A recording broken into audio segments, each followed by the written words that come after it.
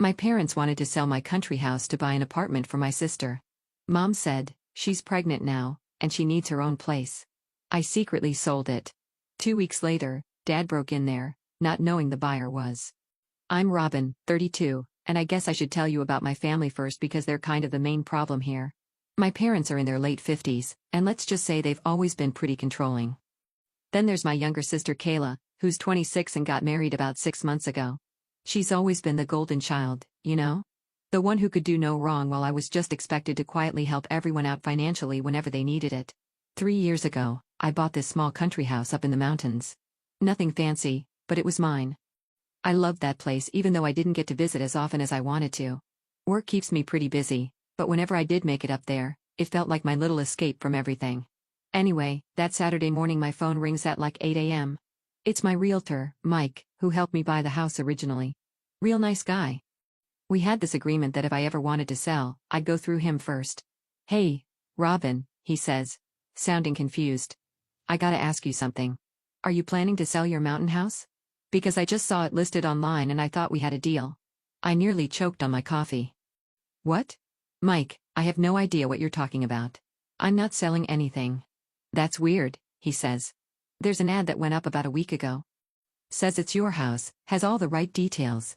Even has a contact number, but it's not yours. My stomach started doing flips. Can you send me the link? Sure thing. And hey, if you do decide to sell, I've already got a client who's interested. Guy saw the ad and called me since I handled a lot of properties in that area. After I hung up, I sat there staring at my phone, waiting for that link. When I came through and I clicked on it, I felt like I was going to throw up. There was my house, clear as day, with photos I'd never taken and a description that was way too accurate. But the kicker? The contact person listed was my mother, complete with her phone number. I didn't even hesitate. I called my parents immediately. Hi, honey. Mom answered in that fake sweet voice she uses when she knows she's about to get in trouble. Mom, what the hell is this ad about my house? There was this pause, and then she just went completely calm. Oh, you saw that well. Yes, we posted it. Are you kidding me right now? That's my house. Robin, we had to do something. You would never have agreed to sell it on your own. I was pacing around my apartment at this point. Of course I wouldn't agree.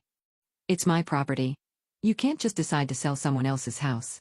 Listen, Mom said, and her voice got that tone she uses when she thinks she's being reasonable.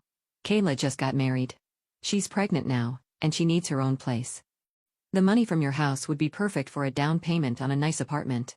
I don't care what Kayla needs, I snapped. It's not your decision to make. That's when Dad got on the phone.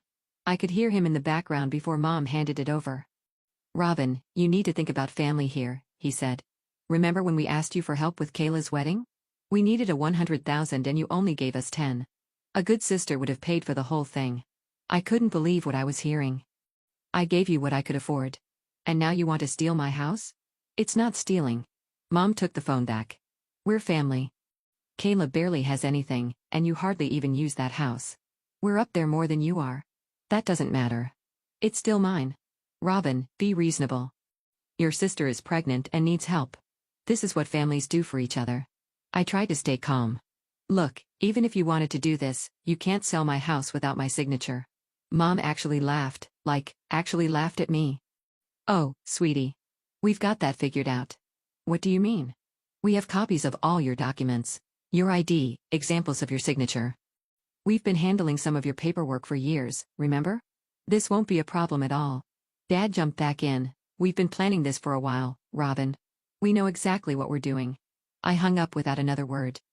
After I hung up, I just sat there for a few minutes, staring at the wall. My hands were actually shaking. I kept replaying what my parents had just told me, that they had copies of my ID, samples of my signature, and they were planning to forge documents to sell my house. My own parents were about to commit fraud against me, and they acted like it was no big deal. The more I thought about it, the angrier I got. This was so typical of them. They'd always treated me like I existed just to solve their problems. Need money for Kayla's wedding? Call Robin. Can't make the mortgage payment? Robin will handle it. And I always did because that's what I thought good daughters were supposed to do. But this was different. This wasn't them asking for help, this was them stealing from me. And the worst part was how confident they sounded, like they knew I'd just roll over and take it like I always did. Well, not this time. I realized they were probably sitting there right now, congratulating themselves on how they'd handled the situation. They probably thought I'd cry for a day or two, then eventually accept it because family comes first or whatever guilt trip they'd use next.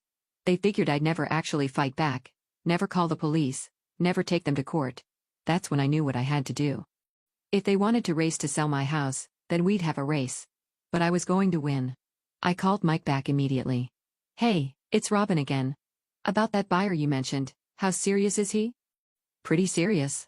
He's been looking for something exactly like your place for months. Why? Are you thinking about selling after all? Yeah. I am. And I need to do it fast, like, really fast. Mike sounded surprised.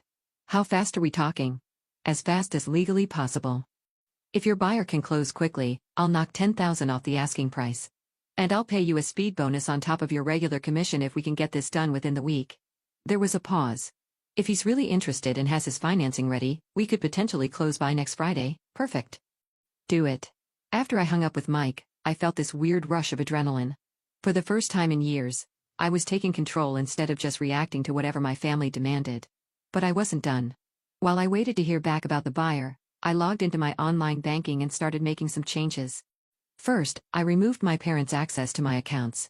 I'd given them access years ago when Dad had some health issues and needed help managing bills. That was obviously a mistake. Then I did something I'd been thinking about for months but never had the guts to do. I canceled the automatic payment I'd been making for their mortgage. 2 years I'd been paying that thing, $800 a month, because they were struggling. Well, let's see how much they struggle when they have to actually pay their own bills. Mike called me back Sunday morning with good news. His buyer was ready to move fast. The guy was actually a local sheriff who'd been looking for a quiet place in the mountains, and he had cash ready to go. We could close by Thursday if I could get all my paperwork together. That's perfect, I told Mike. Let's do it. The next few days were a blur of paperwork, inspections, and phone calls. But by Thursday afternoon, it was done. The house was sold, the money was in my account, and I finally felt like I could breathe again. The timing couldn't have been better either because I'd been struggling with my own mortgage payments lately. This money would let me pay it off completely and still have some left over. For the first time in years, I wouldn't be living paycheck to paycheck. But the best part? My family had no idea what I'd done. I didn't tell anyone about the sale. I just sat back and waited for them to figure out that their little scheme had failed spectacularly. I have to admit, there was part of me that felt a little guilty. These were my parents, after all. And Kayla was pregnant and probably did need help. But then I'd remember how they'd laughed when they told me they were planning to forge my signature, and the guilt would disappear pretty quickly. They'd made their choice when they decided to treat me like a bank account instead of a daughter. They'd made their choice when they decided to steal from me instead of asking for help. And now they were going to have to live with the consequences. 2 weeks went by, and I didn't hear anything from them. I was starting to think maybe they'd found another way to get money for Kayla, or maybe they'd just given up on the whole thing. Part of me was almost disappointed.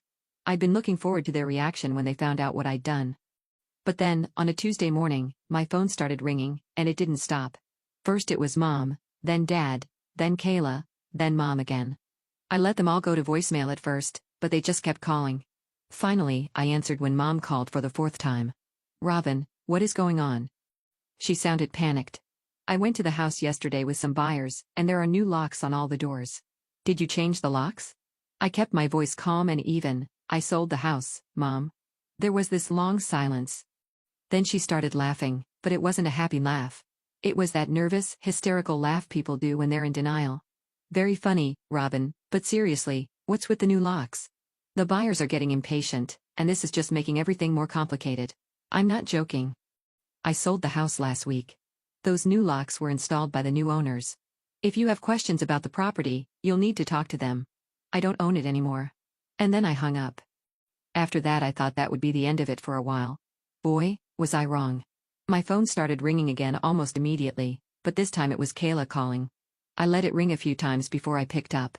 I wasn't really in the mood to deal with her drama, but I was also kind of curious to see how she'd handle the news. Robin, what the hell is going on? Kayla's voice was high and panicky. Mom just called me crying, saying something about new locks at the house. She's not making any sense. The house is sold, Kayla. I sold it last week. That's not funny. We've been planning this for months. I already picked out an apartment. I've been looking at furniture. I even hired a designer to do the interior. You can't just sell the house now. I almost laughed.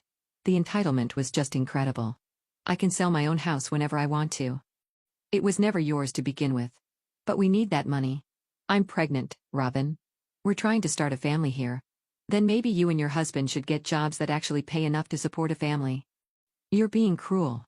Just give Mom the keys to the new lock so we can show the house to buyers. We can work this out. There are no keys to give you, Kayla. The house belongs to someone else now.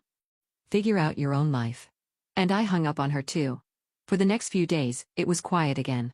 I actually started to think maybe they'd finally gotten the message and would leave me alone. I should have known better. The call came from Mike on Monday morning. He sounded really uncomfortable. Robin, I hate to bother you with this, but I got a call from the new owner of your old house. The sheriff. He said someone tried to break into the property over the weekend. The alarm went off and scared them away, but the whole thing was caught on the security cameras. Did they catch who it was? Mike was quiet for a second. Yeah, they did. Robin, it was your father. The police arrested him. I just sat there for a minute, trying to process what he just told me. My dad had actually tried to break into the house. Even after I'd told him it was sold, even after Mom had seen the new locks herself, he'd still gone up there and tried to get in. The sheriff wanted me to let you know what happened, Mike continued. He's being pretty understanding about the whole thing since it's family, but legally speaking, your dad attempted to break into a police officer's home. About 5 minutes after I hung up with Mike, my phone rang again. It was Dad, and he sounded frantic. Robin, you need to call the police right now and explain this whole misunderstanding. What misunderstanding, Dad? Tell them I was trying to get into my daughter's house. Tell them you've always let me have access to that property. I couldn't believe what I was hearing. Dad, I told you the house was sold. Why would you try to break in? We didn't think you were serious. We thought you were just mad and trying to scare us by changing the locks. Well, I was serious, and now you're in trouble for trying to break into someone else's property. Robin, please, just call them and straighten this out. No, Dad, you did this to yourself. He started yelling at me then, calling me selfish and ungrateful, but I just hung up. I was done listening to their guilt trips and manipulation. The next day, I saw the story on the local news. Local man arrested for attempted break-in at sheriff's residence.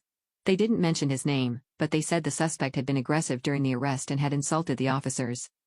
Apparently he was facing charges for attempted illegal entry and disorderly conduct. The reporter mentioned he could get up to 6 months in jail. 6 months in jail for trying to steal my house. A week later, Mom called me. She was crying before she even said hello. Robin, please, we need your help. We need money for a lawyer for your father. My father got himself into this mess. This is all your fault. If you hadn't sold the house, none of this would have happened. I actually started laughing. My fault? I sold my own property to prevent you from stealing it, and somehow I'm the bad guy here? You've destroyed this family, Robin. Your father might go to prison. Your pregnant sister can't buy an apartment. We can't make our mortgage payments anymore because you stopped helping us. You've robbed us of our entire future. I've robbed you? You were literally planning to forge my signature and steal my house. We're family. Family helps each other. Family doesn't steal from each other, Mom. You're an ungrateful daughter, after everything we've done for you. What exactly have you done for me, Mom? Besides expect me to pay for everything while you plan to steal from me? She didn't have an answer for that. She just kept crying and calling me selfish and cruel. I don't want to have any relationship with any of you anymore, I told her. Don't call me again. After I hung up, I blocked all their numbers. Mom, Dad, Kayla, blocked. I was done. A month later, my Aunt Sarah called me. She's Mom's sister, and we've always gotten along pretty well. She doesn't usually get involved in family drama, so I was curious about why she was calling. Robin, I just wanted to let you know what's been happening with your parents and sister. Kayla and her husband moved in with your parents. They refinanced the house and put it in Kayla's name so they wouldn't lose it. She and her husband are making the payments now. I had to admit, that was pretty smart of Kayla, and pretty sneaky. My parents had always treated her like she was helpless, but apparently she was sharper than any of us gave her credit for. What happened with Dad's trial? He got 6 months probation and a fine for the disorderly conduct. No jail time, but he has to check in with a probation officer regularly. And when his boss at the mall found out about the arrest, he fired him. So Dad lost his security guard job over this. That was actually worse than jail time in some ways. At his age, finding another job wouldn't be easy. Also, Sarah continued, they had to borrow money from everyone in the family to pay for the lawyer. Then they used up all their retirement savings to pay everyone back. They're basically broke now. Well, I said, that's what happens when you try to steal from people. Sarah was quiet for a second. Robin, I'm not saying what they did was right. But they are still your parents. They stopped being my parents when they decided to forge my signature and steal my house. I understand why you're angry. Do you? Because they don't seem to. After we hung up, I felt this weird mix of satisfaction and sadness. Satisfaction because justice had been served, I guess. But also sadness because my family was just gone now. Not that it had been much of a family to begin with. It's been 7 months since I blocked my family's numbers, and honestly, I've never felt better. I know that probably sounds cold, but it's the truth. For the first time in my adult life, I'm not constantly stressed about money or worrying about what crisis my family is going to dump on me next. The money from selling the house was a game changer. I paid off my mortgage completely, which freed up almost $1,500 a month that I'd been throwing at that thing. Between that and not paying my parents' mortgage anymore, I suddenly had over $2,000 extra every month. I'd forgotten what it felt like to have money left over after paying bills. I started putting most of it into savings, but I also decided to treat myself a little. I'd been driving the same beat-up Honda for 8 years, and it was definitely on its last legs. So I started shopping for a new car, nothing crazy, but something reliable and nice. I ended up with a Toyota Camry that's only 2 years old. It was weird, walking into that dealership and actually being able to afford what I wanted instead of just taking whatever the cheapest option was. The best part though is the peace. I didn't realize how much mental energy I'd been spending on my family's drama until it was gone. No more late-night calls about emergencies that somehow always required money. No more guilt trips about being selfish when I couldn't help with whatever they wanted this time. No more walking on eggshells trying not to upset anyone. I've been going to therapy too, which has helped a lot. My therapist, Dr. Martinez, has been helping me understand how messed up my family dynamic really was.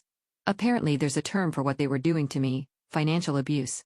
They trained me from a young age to believe that my worth as a family member was tied to how much money I could provide them. You weren't their daughter, Dr. Martinez told me during one session. You were their ATM that occasionally came to family dinners. That hit hard, but it was true.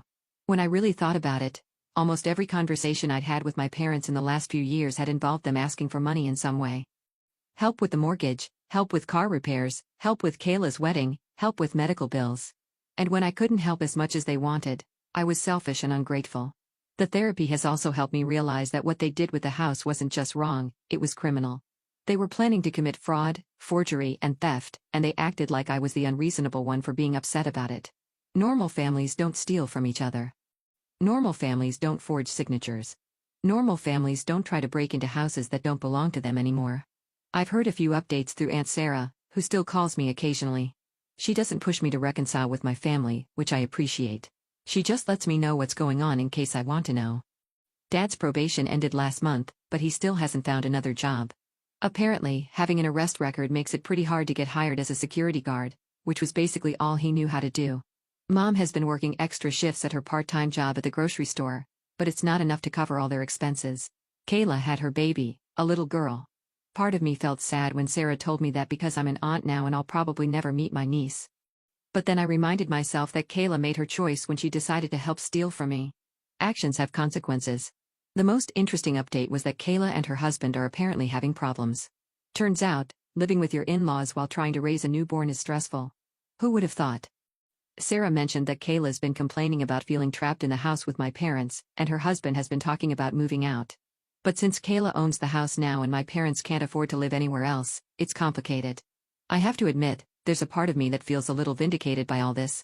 They were so sure that stealing my house was the perfect solution to all their problems. Kayla would get her dream apartment, my parents would get to feel like generous grandparents, and I would just quietly accept it because that's what I always did. Instead, Kayla ended up stuck in a house with my parents and a screaming baby. Dad lost his job and nearly went to jail, and they're all broke. Meanwhile, I'm debt-free, have a nice new car, and I'm saving up enough money that I might actually be able to take a real vacation next year. Sometimes I wonder if I should feel guilty about how everything turned out. These are still my parents and my sister, after all. But then I remember how they laughed when they told me they were planning to forge my signature. I remember how confident they were that I'd just roll over and let them steal from me. I remember years of being treated like a bank account instead of a person. No. I don't feel guilty. I feel free. I've been thinking about maybe buying another house eventually. Nothing as remote as the mountain house. I want something closer to work. Maybe a little cottage with a garden. I've always wanted to try growing my own vegetables, but I could never afford a place with a yard before. It's funny how different my life feels now. 6 months ago, I was stressed all the time, barely making ends meet, and constantly dealing with family drama. Now I'm planning gardens and vacation trips. I'm sleeping better, eating better, and I actually look forward to weekends instead of dreading whatever crisis might come up. My coworkers have noticed the change too. My friend Jessica mentioned the other day that I seem happier and more relaxed lately. When she asked what was different, I just told her I'd simplified my life by cutting out some toxic relationships. I didn't go into details. The whole story is pretty crazy, and I'm not sure anyone would believe it if I told them. The hardest part is holidays and birthdays. I used to dread them because they usually meant spending money I didn't have on gifts for people who never seemed grateful for them. But now they just feel empty. I spent my birthday alone this year, which was actually kind of nice, but Christmas was harder. I ended up volunteering at a soup kitchen, which made me feel better about the whole thing. I know some people would say I should try to reconcile with my family, especially now that there's a baby involved.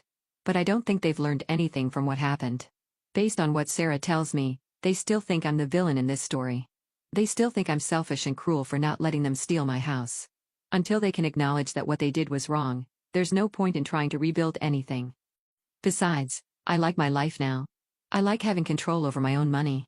I like not having to worry about what my family is going to demand from me next. I like being able to plan for my own future instead of constantly bailing other people out of problems they created for themselves.